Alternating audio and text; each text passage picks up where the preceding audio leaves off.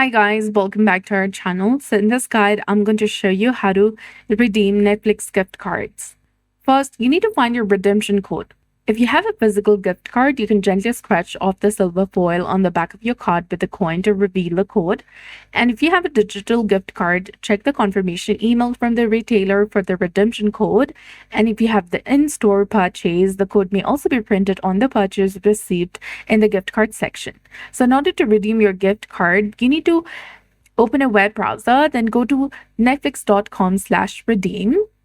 Now enter your 11-digit or the 16-digit gift card in the redemption box and then click on redeem, which is highlighted in red color.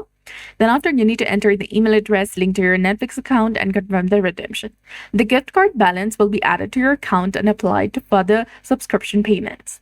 So that's it. I hope you found this video helpful. If you did, please like, share, and subscribe. Thanks for watching.